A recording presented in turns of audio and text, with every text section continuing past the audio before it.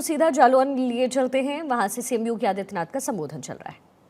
मूलचंद निरंजन जी, जवाहर सिंह राजपूत जी, जिला पंचायत अध्यक्ष श्री घनश्याम अनुरागी जी, जिला पंचायत अध्यक्ष चित्रकूट से अशोक जाटव जी, जिला पंचायत अध्यक्ष श्री पवन गौतम जी, पूर्व विधायक श्री छोटे सिंह चौहान जी, पूर्व विधायक श्री नरेंद्र सिंह जादौन जी, मंच पर उपस्थित लोकसभा के प्रभारी श्री मदन पांडे जी, लोकसभा के संयोजक श्री श्याम सिंह सिसोदिया जी, आज के इस कार्यक्रम में उपस्थित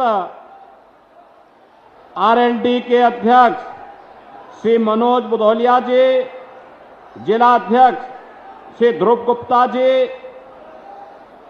अनिल निरंजन जी,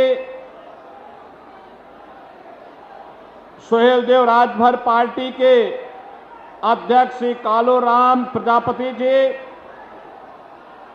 लोकसभा के इधर इस क्षेत्र के क्लस्टर प्रभारी संत विलास शिवहरे जी और भारी संख्या में आज जालौन के उरई में आयोजित इस चुनावी सभा में उपस्थित जालौन संसदीय क्षेत्र से जुड़े हुए मेरे सभी उपस्थित बहन और भाइयों, अपनी हस्तशिल्प के लिए और मेहनतकश अन्नदाता किसानों के परिश्रम और पुरुषार्थ की इस पावन धरा को कोटि कोटि नमन करते हुए मुझे बताया गया कि पिछले 3 घंटे से आप इंतजार कर रहे हैं।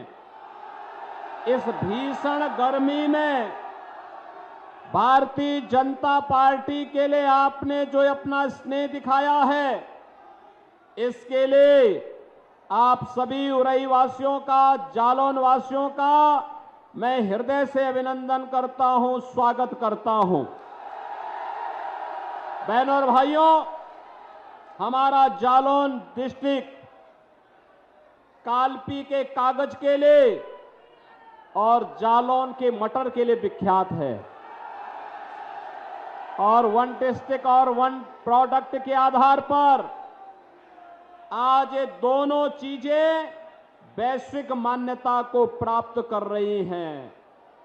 इसलिए मुझे जब यहां आने की आवश्यकता पड़ी तो बहनों और भाइयों, 2024 के लोकसभा चुनाव की दृश्य में आपके बीच में हूं।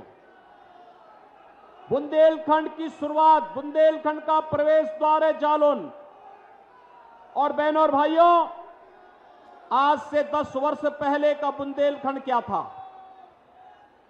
समाजवादी पार्टी ने, बहुजन समाज पार्टी ने, कांग्रेस ने हमारे बुंदेलखंड को माफियाओं के हवाले कर दिया था।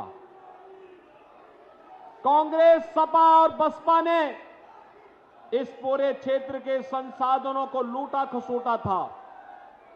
इस क्षेत्र को अराजकता की ओर धकेलने का काम किया था, यहां के विकास को बाधित किया था, जिसका दुष्परिणाम था नौजवान पलायन कर रहा था, किसान, अन्नदाता किसान आत्महत्या कर रहा था, बेटी और व्यापारी सुरक्षित नहीं थी, सर्वत्र अराजकता का वातावरण था। और 10 वर्ष में हमारा बुंदेलखंड आज, बहनों और भाइयों, बुंदेलखंड एक्सप्रेस की सौगात के साथ साथ 4 लेन की कनेक्टिविटी के साथ हमारा जालौन चारों ओर से जुड़ चुका है। हर घर नल की योजना जमीनी धरातल पर दिखाई दे रही है। डिफेंस कॉरिडोर में बनने वाली तोप जब भारत की सीमा पर गरजती है तो पाकिस्तानियों की पैंट गीली हो जाती है। बहनों और भाइयों, हमारा हस्तशिल्पी जब आज कार्य करता है तो दुनिया में सम्मान प्राप्त करता है। और अब तो बुंदेलखंड में हम लोग झांसी, बुंदेलखंड औद्योगिक नगर बसाने जा रहे हैं, एक नया नोएडा बसाने जा रहे हैं आपके जालौन से लेकर चित्रकूट के बीच। अब मेरे जालौन वासियों को, उरई वासियों को, मेरे बुंदेलखंड के नौजवानों को अब यहां से बाहर पलायन नहीं करना पड़ेगा, बल्कि दुनिया आपके पास नौकरी मांगने के लिए आएगी, नौकरी मांगने के लिए। और इसीलिए आज मैं आया हूं आपके पास कहने के लिए, ये जो चमत्कार बुंदेलखंड में दिखाई दे रहा है, बहन और भाइयों, यह करिश्मा है मोदी जी का। मोदी का करिश्मा यही है। 10 वर्ष के अंदर मोदी जी ने देश की कायाकल्प ऐसे ही की है। 10 वर्ष पहले भारत के अंदर नौजवान पलायन करता था, निराश था, हताश था, किसान आत्महत्या करता था, गरीब भूख से मरता था, बीमार व्यक्ति चिकित्सा सुविधा के अभाव में दम तोड़ता था, बेटी और व्यापारी सुरक्षित नहीं थी। उस समय का माहौल, जब देश की जनता ने निर्णय लिया कि मोदी जी देश के प्रधानमंत्री होंगे, तो बहनों और भाइयों, पिछले 10 वर्ष में मोदी जी ने बिना रुके, बिना डिगे, बिना झुके और बिना डरे देश के हित में, गांव के हित में, गरीब के हित में, किसानों के हित में, महिलाओं के हित में, समाज के प्रत्येक तबके के हित में उन्होंने निर्णय लिए। जाति नहीं देखी, चेहरा नहीं देखा, क्षेत्र नहीं देखा, भाषा नहीं देखी, सबका साथ और सबके विकास की भावना के साथ मोदी जी ने विकास कराया है। और इसीलिए आज हम लोग आए हैं। मोदी जी की जब बात होती है तो मोदी जी केवल सपने नहीं दिखाते, हकीकत बुनते हैं। और इसीलिए तो देश की जनता बार बार मोदी को चुनती है, बार बार चुनती है। ये 2024 का लोकसभा का चुनाव इसी उद्देश्य के साथ आज हो रहा है। बहनों और भाइयों, ये चुनाव बहुत स्पष्ट रूप से हो चुका है। आज सुबह सुबह मैं कांग्रेस के अध्यक्ष श्री मल्लिकार्जुन खड़गे का बयान सुन रहा था। उन्होंने कहा यह चुनाव में 2 ध्रुवीकरण हो चुके हैं। मैं बोलता हूं कि खड़गे जी, देश का चुनाव ध्रुवीकरण के बीच में नहीं, ये चुनाव तो राम भक्तों, रामद्रोहियों के बीच में हो रहा है। एक तरफ सभी रामद्रोही खड़े हैं, राम भक्तों पर गोली चलाने वाले खड़े हैं, एक तरफ देश के खिलाफ गद्दारी करने वाले, पाकिस्तान का राग कलापने वाले खड़े हैं, गांव गरीब और किसान, नौजवान के साथ, महिलाओं के साथ अन्याय करने वाले लोग खड़े हैं। उन दुर्योधन और दुशासनों के खिलाफ आज मोदी जी भारतीय जनता पार्टी के रथ का सारथी बनकर के कृष्ण की भूमिका में इस महाभारत में खड़े हैं। और इसीलिए मैं आपसे कहने के लिए आया हूं, रामद्रोही हमेशा पराजित हुआ है, पतन को प्राप्त हुआ है। और मैं यही आपसे कहने के लिए आया हूं बहनों और भाइयों, ये जो रामद्रोही हैं, ये केवल अपने परिवार के बारे में सोचते हैं।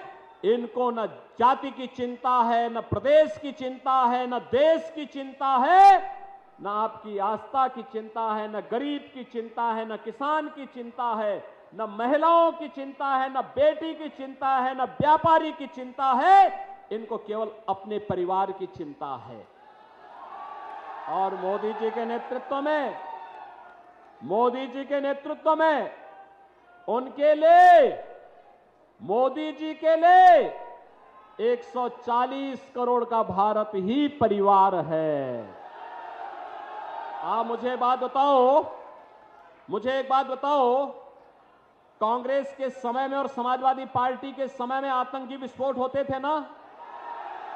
आप सोचो, 2005 में जब अयोध्या में राम जन्मभूमि पर आतंकी हमला हुआ था, तब प्रदेश में समाजवादी पार्टी की सरकार थी और केंद्र में कांग्रेस की सरकार थी ना। और उसके बाद संकट मोचन मंदिर पर हमला हुआ, तब भी कांग्रेस और समाजवादी पार्टी का गठजोड़ था। जब अयोध्या, लखनऊ और वाराणसी की कचहरियों पर हमला हुआ, तब भी इन दोनों की सरकार थी। और बहनों और भाइयों,